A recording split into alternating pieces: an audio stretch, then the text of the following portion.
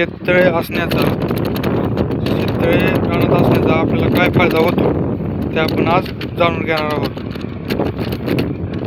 तर मित्रांनो, आपल्या रानात शेततळे असल्यावर पाणी साठा करण्याची खूपच चांगली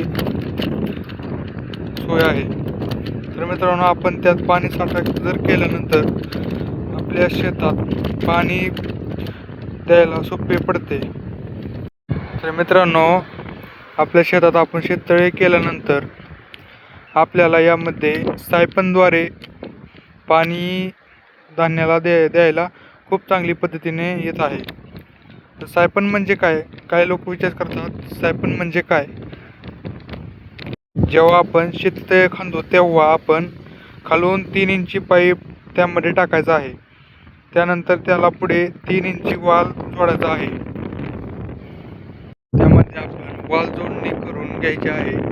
त्यानंतर आपण शेततळे पूर्ण झाल्यानंतर आपल्या सायपन सिस्टीम करायची आहे. आपल्याला सायपन सिस्टीमद्वारे ऊसाला पाणी द्यायचे आहे किंवा बाकी काही धान्य असतील त्या धान्याला आपण पाणी देऊ शकतो. खालील पाईप जोडल्यानंतर पाणी शेततळ्यामध्ये फुल भरल्यानंतर आपण जेव्हा आपण खाली पाईप लावतो 3 इंची, त्यामध्ये पाणी फुल शेततळे असे भरल्यानंतर त्यामध्ये दबावाने खाली पाईपमध्ये पाणी जाते व ते आपल्याला धान्याला वापरायला चालते. तर मित्रांनो, पाहू शकताय आमची वाल सिस्टीम ही आहे. यामध्ये वालला जोडल्यानंतर आतमध्ये शेततळ्यामध्ये पाईप जातो.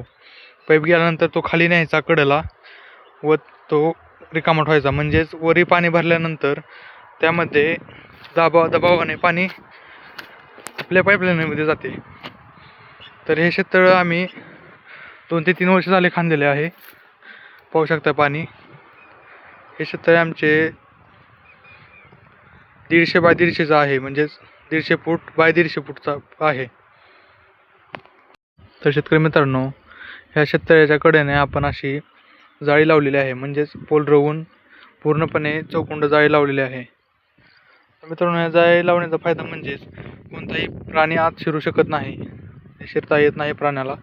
त्यामध्ये आम्ही अशी जाळी लावलेली आहे कडेने. तर मित्रांनो, असे नवनवीन व्हिडिओ पाहण्यासाठी फार्मर संकेत तुपे या चॅनलवर सबस्क्राईब करा व बेल आयकॉनला क्लिक करायला विसरू नका. असे शेततळ्याचे व्हिडिओ पाहायचे असेल तर सबस्क्राईब व बेल आयकॉनला क्लिक करा. धन्यवाद.